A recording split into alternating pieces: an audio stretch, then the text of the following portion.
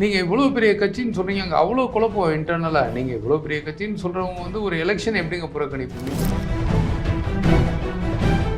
எடப்பாடி அவர்கள் மேலே இருந்த போட்டிருந்த 2-3 கேஸ் எல்லாம் வித்ட்ரா பண்ணிட்டாங்க திமுக அரசு. நான் சொல்கிறேன் இடைத்தேர்தலை புறக்கணிச்சதுனால விட்டு கொடுத்தாங்கன்னு நான் சொல்கிறேன்.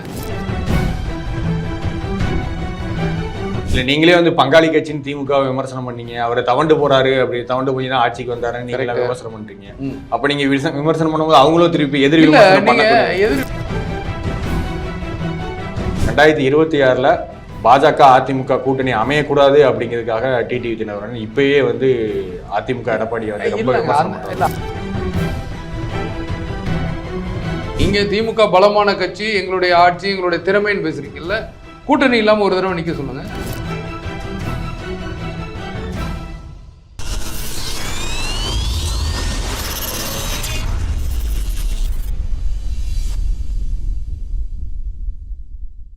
கதிர் நியூஸ் நேயர்களுக்கு வணக்கம். இன்று நம்ம அரங்கத்துக்கு வந்திருப்பவர் பாஜகவின் ஆன்மீக பிரிவின் மாநில தலைவர் திரு நாச்சியப்பன் அவர்கள். அவர்கள்ட்ட தான் உரையாட போறோம். சார் வணக்கம். சார் வணக்கம். சார், விக்கிரவாண்டி இடைத்தேர்தல் அறிவிப்பு வந்துருச்சு. கேண்டிடேட்டை வந்து அனௌன்ஸ் பண்ணிட்டாங்க. பாமகவும் திமுகவும் அனௌன்ஸ் பண்ணிட்டாங்க. இந்த தேர்தலில் வந்து பாஜக வந்து பாமகக்கு சப்போர்ட் பண்ணுவாங்க. ஆனால் அதிமுக தேர்தலை புறக்கணிச்சிருக்காங்க. அப்போ அதிமுக வந்து பிஜேபி கூட்டணியை விரும்புது, பாமக கூட்டணியை விரும்புது அப்படின்னு இதை எடுத்துக்கலாமா? அது எந்த வகையில் நீங்கள் சொல்கிறீங்க? பாஜகவை விரும்புது, அதுக்காக புறக்கணிக்கிறோம்னு சொல்கிறாங்கன்னு.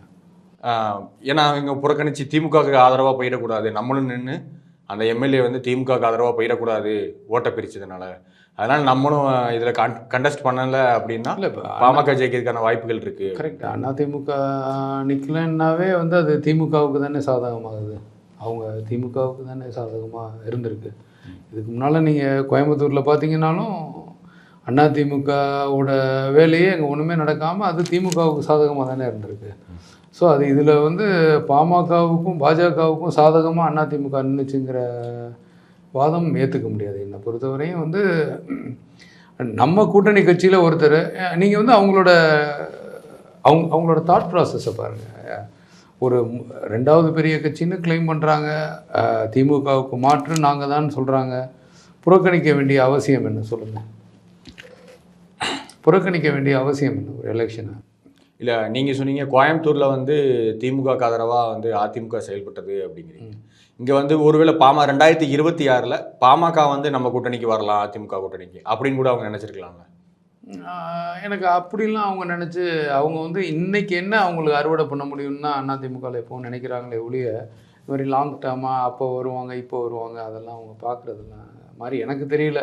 ஏன்னா அவங்களோட ஒவ்வொரு ஆக்டிவிட்டியும் நீங்கள் இவ்வளோ பெரிய கட்சின்னு சொல்கிறீங்க, அங்கே அவ்வளோ குழப்பம் இன்டர்னலாக. நீங்கள் இவ்வளோ பெரிய கட்சின்னு சொல்கிறவங்க வந்து ஒரு எலெக்ஷன் எப்படிங்க புறக்கணிப்பீங்க? நாங்கள் தான் தமிழ்நாட்டில் 2வது பெரிய கட்சின்னு சொல்கிறீங்க, நாங்கள் தான் தமிழ்நாட்டில் அடுத்த எல்லாமேன்னு சொல்கிறீங்க. அப்புறம் எப்படி நீங்கள் வந்து ஒரு எலெக்ஷனை புறக்கணிப்பீங்க? தமிழ்நாட்டோட முக்கிய எதிர்கட்சின்றது அப்போ நீங்கள் என்ன சொல்கிறீங்க? எங்களுக்கு வந்து அதாவது சட்டமன்ற தேர்தல் வந்து எங்களுக்கு அவ்வளோ இம்பார்ட்டண்ட்டு, நாங்கள் அதுக்கு தான் அவ்வளோ முக்கியத்துவம் கொடுப்போம் அது இதுங்கிறீங்க. இடைத்தேர்தல் சட்டமன்றத்துக்கான இடைத்தேர்தல் தானே. அப்போ நீங்கள் அதை என்ன பண்ணியிருந்துருக்கணும்? கண்டிப்பாக போட்டிட்டு இருக்கணும். அப்போ புறக்கணிக்கிறாங்கன்னு நீங்கள் பார்த்துங்க. அவங்க எல்லாம் பங்காளிங்க, அவங்க எல்லாம் ஒன்றுக்குள்ள ஒன்று. திமுக பங்காளி. ஆமாங்க, அவங்க பங்காளி கட்சி ரெண்டும் அப்படி தான் நடந்துக்குவாங்க. அவங்களுக்குள்ள என்ன டேர்ம்ஸ் நமக்கு தெரியாதுல்ல. இல்லை, அவங்க வந்து 2024 பாமக தாங்க கூட்டணிக்கு வரும்னு சொல்லி எதிர்பார்த்தாங்க, அழைச்சி பார்த்தாங்க. ஆனால் வரல. அன்புமணி வந்து இங்கே வந்துட்டு அவ்வளோ பிஜேபி கூட்டணிக்கு. ஒருவேளை அந்த மாதிரி 2026 நடக்கக்கூடாது. இல்லை, நான் அதை தாங்க சொல்கிறேன். அவங்க அதிமுகவில் எப்பவுமே வந்து லாங் டேர்மெல்லாம் யோசிக்க மாட்டாங்க. 26 இது நடக்கிறதுக்கு இப்போ வேணாலாம் ஒன்றும் பண்ண மாட்டாங்க. இவங்களுக்கு இப்போ என்ன கிடைக்குதோ அதுக்கான வேலை தான் பார்ப்பாங்களே ஒழிய. இப்போ பார்த்தீங்கன்னா இப்போ கேஸை வித்ட்ரா பண்ணிட்டாங்க. நேற்று அவங்க எடப்பாடி அவர்கள் மேலே இருந்த போட்டிருந்த 2-3 கேஸ் எல்லாம் வித்ட்ரா பண்ணிட்டாங்க திமுக அரசு. நான் சொல்கிறேன் இடைத்தேர்தலை புறக்கணிச்சதுனால விட்டு கொடுத்தாங்கன்னு நான் சொல்கிறேன். இப்போ 2-3 கேஸ் தமிழக அரசு வித்ட்ரா பண்ணியிருக்கு. அப்போ நீங்கள் எல்லாத்தையும் கூட்டி கழிச்சு பாருங்கள். நீங்கள் உங்களோட கேள்வியே வந்து பாமகவுக்காக பண்ண மாதிரி தெரியல. பாமகவுக்காக அதிமுக பண்ண மாதிரி தெரியல. தங்களோட சுயநலத்துக்காக தான் பண்ணியிருக்காங்க. அவ்வளோதான். நீங்கள் பாருங்களேன், அடுத்தடுத்த நாள் இவங்க வேணான்னு சொல்கிறாங்க, புறக்கணிக்கிறாங்க. அடுத்த நாள் எல்லா கேஸும் அவங்க வித்ட்ரா பண்ணுறாங்க. அப்போ நீங்கள் என்ன சொல்லுவீங்க? அது ஏற்கனவே வந்து டிடிவி தினகரன் சொல்றாரு, எடப்பாடி வந்து திமுகவோட பி டீமா தான் செயல்படுது அப்படிங்கிறாரு. நீங்களும் வந்து பங்காளி கட்சியா செயல்படுது அப்படிங்கிறீங்க.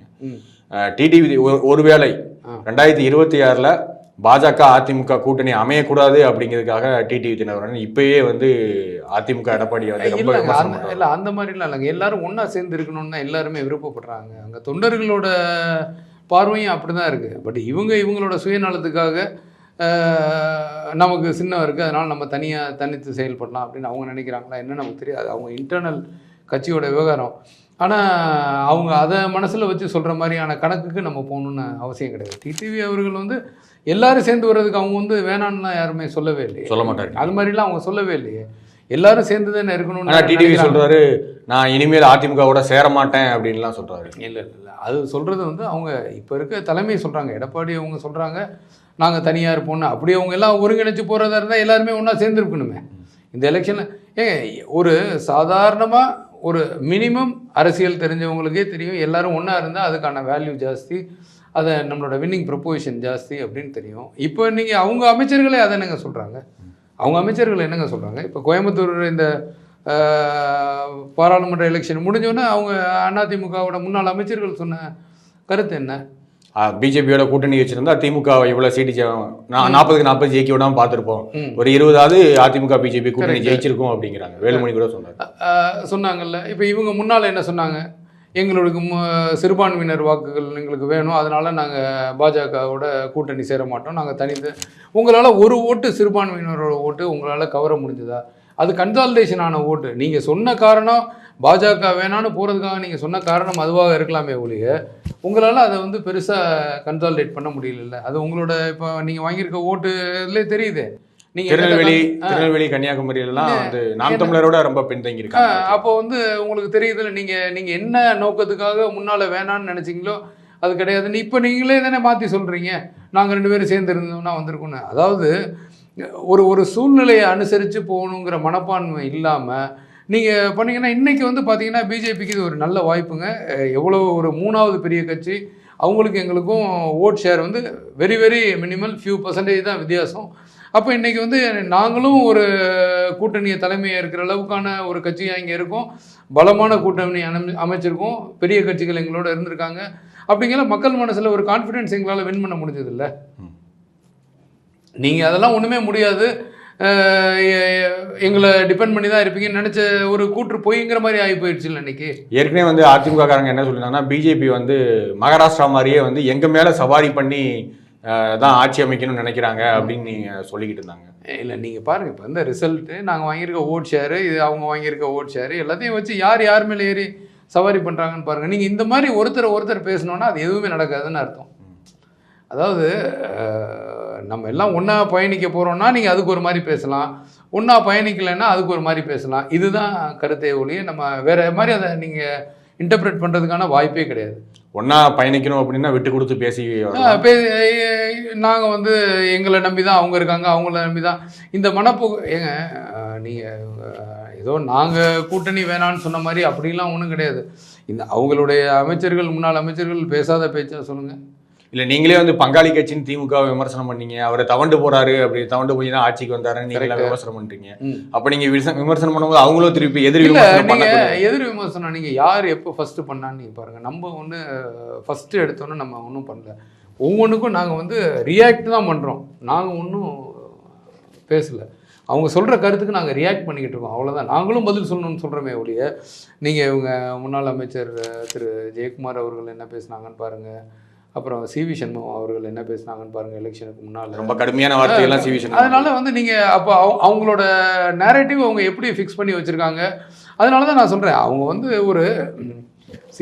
ஒரு திமுக வேணான்னு நினைக்கிற ஒரு கட்சி, திமுகவுக்கு எதிரியான கட்சி தான் அதிமுகன்னு ஒரு பிம்பத்தை கிரியேட் பண்ணி வச்சுருக்கீங்க. அதுதான் மக்கள் மனசுலையும் இருக்குது. அப்போ உங்களுக்கு நேச்சுரலாக அலையன்ஸ்னு யாராக இருக்கும்? திமுகவுக்கு எதிராக எந்தெந்த கட்சி இருக்கோ அவங்களாம் இருக்கும். நீங்கள் அவங்களையும் எதிர்க்கிறீங்க, அப்படி அவங்களும் வேணாம் அப்படின்னு நினைக்கிறீங்க, அவங்களுக்கு அகெயின்ஸ்டாகவும் நம்ம இருக்கணும்னா அப்போ உங்களோட கருத்து என்ன, உங்களோட நோக்கம் என்ன, நீங்கள் ஃபிக்ஸ் பண்ணுற நேரேட்டிவ் என்ன? இல்லை பிஜேபி வரக்கூடாதுங்கன்னு முடிவில் தான் அதிமுக. நீங்கள் என்னென்னு எனக்கு சொல்ல தெரியல. ஏன்னு கேட்டிங்கன்னா அவங்களோட இப்போ பாருங்கள் ஒவ்வொரு கேஸ் எல்லாம் அப்படி வித்ட்ரா பண்ணுறாங்க, என்ன கம்பல்ஷன்னு தெரியல. அவங்க திமுக சார்ந்து இருக்கிறதுக்கான கம்பல்ஷன் என்னென்னு புரியல. ஆனால் ஏதோ ஒரு கம்பல்ஷன் இருக்குது அவங்களுக்கு, இல்லைன்னா அவங்க இந்த மாதிரி போகணுங்கிற அவசியம் கிடையாது. இவ்வளோ பேர் இப்படி மாற்றி பேசணுங்கிற அவசியம் கிடையாது. நம்ம இவ்வளோ நாளாக தொடர்ந்து பயணித்த ஒரு ஆட்கள் தானே. நீங்கள் எவ்வளோ பேசுகிறீங்கன்னா அப்போ அதில் வந்து நம்ம ஒன்றும் பாரதிய ஜனதா கட்சி என்றைக்குமே யாரையுமே எதிர்த்து சொன்னதோ கிடையாது, எதிர்த்து பேசினதோ கிடையாது, கருத்துக்களை தவறாக சொன்னதும் கிடையாது. அவங்க சொல்கிறதுக்கு நம்ம பதில் தான் சொல்கிறோமே ஒழிய நம்ம ரியாக்ட் தான் பண்ணியிருக்கோம் அவங்க சொன்ன கருத்துக்களுக்கு. ஆனால் அதிமுக காரங்க என்ன சொல்கிறாங்கன்னா, ஒரு ஆங்கில நாளிதழுக்கு வந்து அண்ணாமலை வந்து பேசும்போது ஜெயலலிதா பற்றி பேசிட்டாரு, ஊழல்வாதின்னு சொல்லி பேசிட்டாரு, அதுலேருந்து அந்த பிரச்சனையே ஸ்டார்ட் ஆச்சு அப்படின்னு சொல்லி அவங்க சொல்கிறாங்க. நீங்கள் வந்து காரணத்தை எதை வேணால் எடுத்துக்கலாம், நீங்கள் கரெக்டாக சொல்லணும். நீங்கள் அந்த இடத்துல என்ன பேசுனாங்க, இதுக்கு அடுத்தது திரு எம்ஜி ராமச்சந்திரன் அவர்களை பற்றி பேசுனாங்கன்னு சொன்னாங்க. அதெல்லாம் எந்த கான்டெக்ஸ்டில் என்ன சொன்னாங்கன்னு பார்க்கணும். சும்மா நீங்கள் இவங்க இதை தான் சொன்னாங்க, இதனால தான் எங்களுக்கு கோவம் வந்தது அப்படிலாம் கிடையாது. அது கான்டெக்ஸ்ட் என்னன்னு பார்க்கணும். அந்த கான்டெக்ஸ்ட் எல்லாம் பார்த்தீங்கன்னா எந்த விதத்துலேயும் தலைவர் திரு அண்ணாமலை அவர்கள்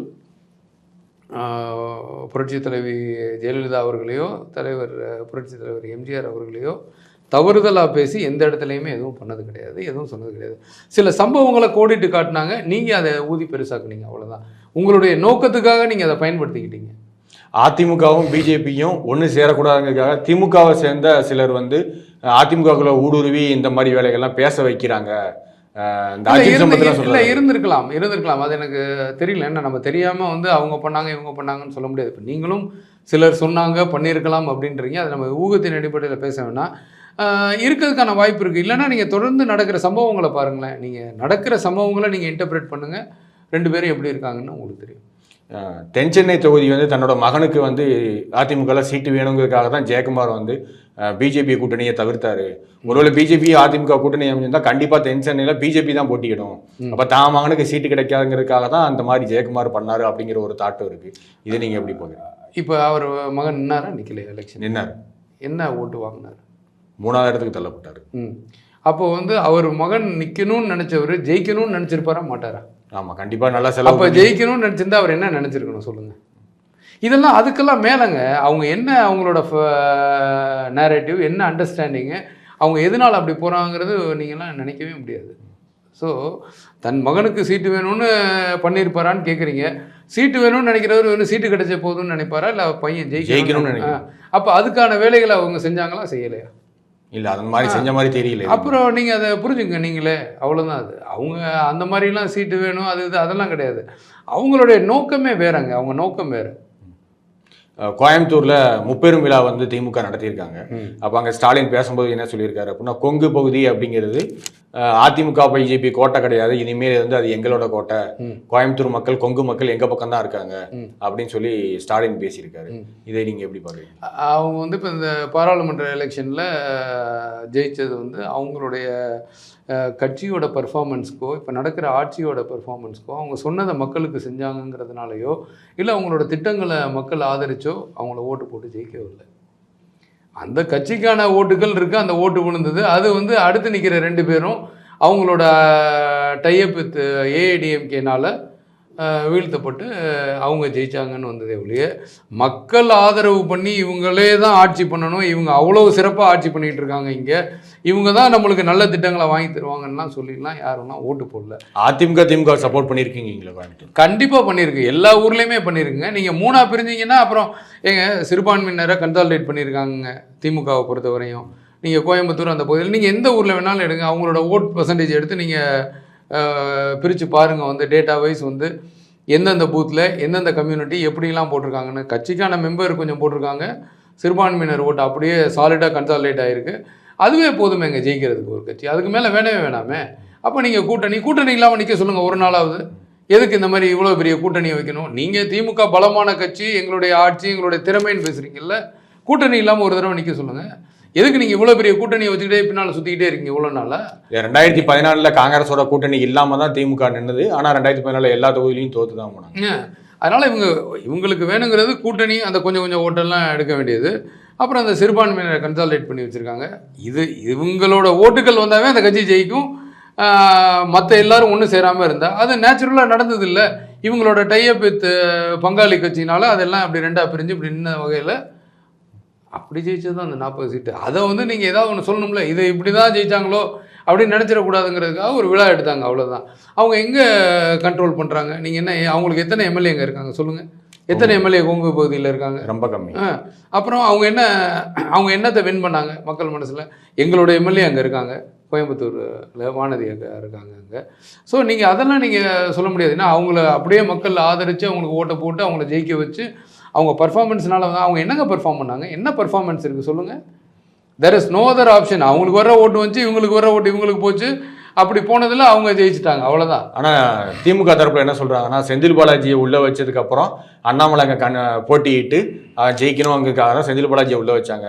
ஆனால் செந்தில் பாலாஜி உள்ளே இருக்கும்போதே நாங்கள் வந்து ஜெயிச்சிருக்கோம், அப்போது மக்கள் மத்தியில் எங்களுக்கு செல்வாக்கு இருக்குது அப்படின்னு திமுக காரங்க கிளைம் பண்ணுறாங்க. செந்தில் பாலாஜியை வந்து நாங்கள் எலெக்ஷனில் நின்று போட்டிடணுங்கிறதுக்காக உள்ளே வச்சோன்னா அவர் என்ன ரொம்ப நல்லவரா? அவர் ஒன்றுமே செய்யலையா? தப்பே இல்லாமல் அவரை கொண்டாந்து இப்போ 1 வருஷமாக உள்ளே வச்சு நேற்று தான் 1 வருஷம் வெற்றி விழா கொண்டாடினாங்க அவர் ஜெயிலில் இருந்து. அப்போ அவரை வந்து சும்மாவா வைப்பாங்க? என்னங்க பேசுகிறீங்க நீங்கள்? அவர் பண்ண தப்புக்கு அவர் போய் உள்ளே இருக்கார். இப்போ அவர் இல்லாமல் ஜெயிச்சாருன்னா நான் தான் சொன்னேனே, உங்களுக்குன்னு இருக்க மினிமம் ஓட்டு வந்தாவே நீங்கள் ஜெயிச்சிருவீங்க. அங்கே திமுகவுக்கான மினிமம் ஓட்டு வந்ததுலேயே அவங்க ஜெயிச்சது தான் அவங்களுடைய. அவங்க நல்லது பண்ணி ஜெயிக்கல. அவங்க ஒன்றும் என்ன எஃபர்ட் போட்டாங்க ஜெயிக்கிறதுக்கு சொல்லுங்கள்? என்ன எஃபர்ட் போட்டாங்க? எதை அவங்க போய் சொன்னாங்க? அவங்க சொன்னது எல்லாமே மோடி எதிர்ப்பு, மோடி எதிர்ப்பு, மோடி எதிர்ப்பு. அவ்வளோ பயத்தில் அதை மட்டும்தான் சொல்லிட்டு இருந்தாங்க. நாங்கள் என்னத்தங்க சொன்னோம்? நாங்கள் பண்ண நல்லதை சொன்னோங்க. நீங்களும் ஆட்சியில் இருக்கீங்கல்ல இங்கே தமிழ்நாட்டில், உங்களால் போய் உங்களோட திட்டங்களை போய் மக்கள்கிட்ட சொல்ல முடிஞ்சதா? எதையாவது சொல்ல முடிஞ்சதா? எவ்வளோ ஒரு கீழ்த்தரமான ஒரு ஆஃப்டர் வின்னிங் கோயம்புத்தூர் அந்த ஊரில் நடந்ததுலாம் நீங்கள் தான் பார்த்துருப்பீங்களா சோஷியல் மீடியாவில். ஒரு ஆட்டோ வச்சுக்கிட்டு அதை வச்சுக்கிட்டு ஒரு கீழ்த்தரமான ஒரு அரசியல் தானே நீங்கள் பண்ணீங்க. இல்லை, கோயம்புத்தூரில் ஜெயிக்கிறதுக்காகவே ஒரு முக்கிய அமைச்சரை டிஆர்பி ராஜாவை அங்கே கொண்டு போய் வச்சு ஃபுல் எஃபர்ட் போட்டு தானே ஒர்க் பண்ணியிருக்காங்க. என்னத்தை எஃபர்ட் போட்டாங்க? பயத்தில் தான். எப்படியோ ஜெயிச்சிருவாங்க, அதை விடக்கூடாது. அதுக்கப்புறம் தான் கடைசியில் அவங்களே அவங்க அலையன்ஸ் ஏடிஎம்கேயோட இருக்கிறதுனால அதை வச்சு அப்படி ஜெயிச்சிட்டாங்க, அவ்வளோதான். ஏடிஎம்கே இல்லை, ஏடிஎம்கே சப்போர்ட் இல்லைன்னா திமுக ஜெயிச்சிருக்காங்க. எப்படிங்க முடியும்? நீங்கள் வந்து யாராவது ஒரு செஃபாலஜிஸ்ட்டை டேட்டா வாங்கி பாருங்கள். திமுகவோட முன்னால் வாங்கின வாக்குகள் எவ்வளோன்னு பாருங்கள், இப்போ வாங்கியிருக்க வாக்குகள் எவ்வளோன்னு பாருங்கள், ஏடிஎம்கேயோட முன்னாள் வாக்குகள் எவ்வளோன்னு பாருங்கள், அதில் எவ்வளோ எப்படி ஷிஃப்ட் ஆகிருக்குன்னு பாருங்கள். பூத் வைஸ் நீங்கள் கணக்கு பண்ணி பாருங்கள்.